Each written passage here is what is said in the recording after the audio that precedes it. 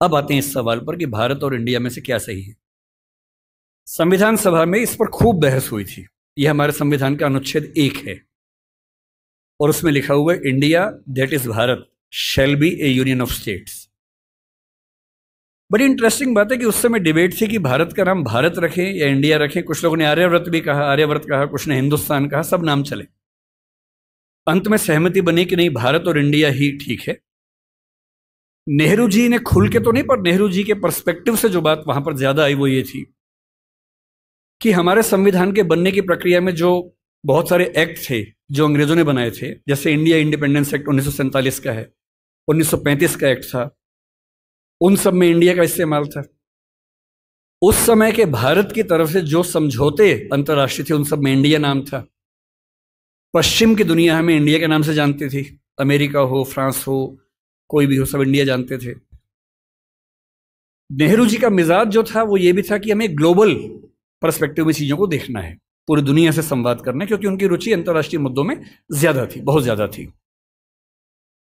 मेरे ख्याल से इन सब वजहों से तय हुआ कि हम अपना नाम इंडिया रखेंगे, पर इंडिया के बराबर महत्व भारत का भी रहेगा। तो लिखा गया India that is Bharat. India जो कि भारत है, राज्यों का एक संघ होगा। 4 दिन पहले की बात है, मैं हॉलैंड में एक टैक्सी में बैठा हुआ था। इंटरेस्टिंग मत सोच के देखिए, टैक्सी का ड्राइवर मोरक्को का रहने वाला था। उसको जैसे ही पता लगा मैं भारत से हूं, उसने मुझसे यही सवाल पूछा। उसने कहा कि यू आर फ्रॉम इंडिया? मैंने कहा yes. We are listing to a debate India और Bharat, what do you think? मैं बड़ा चकित कि ये मोरक्को का आदमी हॉलैंड में रहता है, इसके मन में ये सवाल आ रहा है। तो मैंने कहा कि ये तो राजनीतिक कारणों से हुआ है, लेकिन बात अपने आप में सही है। मैंने कहा जैसे बॉम्बे मुंबई हुआ, मुझे खुशी हुई, क्योंकि मुंबई की आबादी के लिए मुंबई में जो मजा है वो बॉम्बे में नहीं है। बॉम्बे तो अंग्रेजों ने नाम दिया था। कोलकाता को कैलकाटा अंग्रेजों ने किया, तो बंगाल के लोगों ने कोलकाता कर दिया उसको। दिल्ली को दिल्ली के लोगों ने दिल्ली कर दिया, दिल्ली ही बना के रखा हुआ है, DILLI, ये होना चाहिए। काहे के दिल्ली भाई, हम क्यों दिल्ली बोलेंगे दिल्ली को? ये सारे तर्क अगर सही हैं, अगर बर्मा का नाम म्यांमार होना सही है क्योंकि उनकी जनता की आवाज तो म्यांमार में है, बर्मा में नहीं है। श्रीलंका और सीलोन की डिबेट में वो अपने आप को सीलोन ना मानना चाहे, श्रीलंका मानना चाहें, क्योंकि उनकी भाषा श्रीलंका बोलती है। तो मेरे मन में सवाल बड़ा साफ आता है कि भारत इंडिया क्यों होना चाहिए। मैं फिर स्पष्ट कर दूं, मैं सरकार के पक्ष में नहीं बोल रहा हूं, मुझे उनसे रत्ती भर मतलब नहीं, मैं एक विचार की बात कर रहा हूं। और मैं जब संविधान पढ़ाया करता था, अनुच्छेद 1 पढ़ाते हुए मैं हमेशा बोलता था कि मुझे चुभन होती है ये पढ़ते हुए कि इंडिया दैट इज भारत। दोनों ही लिखने थे तो भारत दैट इज इंडिया कर देते।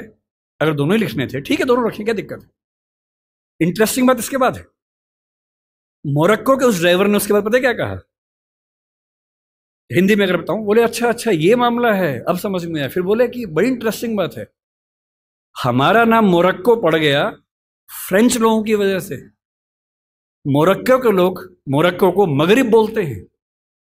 और जब मैं सऊदी अरबिया गया, सऊदी अरब के लोगों ने मुझसे पूछा कहां से आए हो, मैंने कहा मोरक्को। उन्होंने इस भाव से देखा कि मैं पागल हूं, बोले नहीं, मगरिब से आए हो। अगर मगरिब की आबादी खुद को मगरिब कह के खुश है, तो उसे फ्रेंच लोगों की वजह से मोरक्को क्यों कहा जाए? इंडिया शब्द वेस्ट ने दिया और बुरे भाव से दिया।